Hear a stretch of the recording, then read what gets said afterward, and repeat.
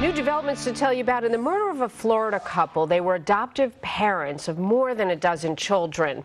A Florida sheriff confirming that inside the safe that was stolen from the Billings home was some family jewelry, but it was mostly adoption papers and their children's medication. Police are not saying whether the killers expected something else in that safe. And look at this, 8 people already in custody, including a juvenile. A local realtor was arrested. She's actually out on bond. And some day laborers who had actually done work at the Billings home were under arrest.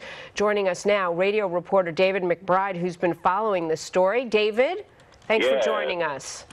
You bet. First, let me ask you about this realtor. She is known to some of the suspects, and she had the safe buried in her backyard, but they let her go. Why? Yes, boy, that's a million-dollar question, because everybody else in this case, martial arts instructor who's the accused ringleader, and his father, and the others who worked with his father, or the day laborers, like you say, who some of whom are car detailers, they're all in jail with no bond and charged with first-degree murder.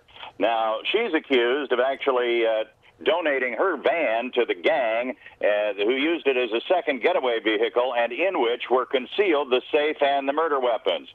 She was also seen as a passenger in that vehicle with the safe and the guns inside, and yet she's released on a $10,000 bond, which she had no trouble coming up with. Let me add, Dave, and is not cooperating with authorities. So it's that is correct. Right, so we can't say that's why. Yeah, she actually made herself scarce, too, right afterwards. She was found on her yacht, a very large and expensive yacht in Alabama at a local marina in Orange Beach, and that's where they brought her back from. So let me talk a little bit about the suspects. There was surveillance video, and the red van, which she lent to these suspects, she's an accessory after the fact, which for the non-lawyers means that she helped out afterwards burying that safe, whether she knew where it came from or not.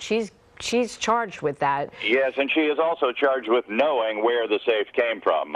They think that she was in it up to her eyeballs. So they got the safe, and they found that mostly it was the kids' medication. Many of these children had special needs. Their parents, their adoptive parents, now dead, in an incredible, staged, 10-minute, month-long prepared attack in ninja costumes. Yeah. And so the amount of preparation for the amount of what was in that safe is so disproportionate. Do authorities think that this possibly was a practice run for something much bigger and more sinister? Well, no, they think that they've laid this case to rest, actually. There's a lot of questions, of course. Nothing of value was in that safe, nothing of value to the killers anyway. But questions keep being asked about Bud Billings, the victim, and his business dealings. People who know me as a news reporter have called me up with their own theories, and everybody has one, and they all have to do with Bud Billings owning businesses which by their very nature attract, unsavory associates. Like he owned a topless bar, he owned used car dealerships, he bankrolled nightclubs, set up a financial services company which gives loan to people who don't have good credit. And so it is such a weird story, and even though Bud and Melanie Billings have been laid to rest, the rumors that surround them have not been laid to rest. Right.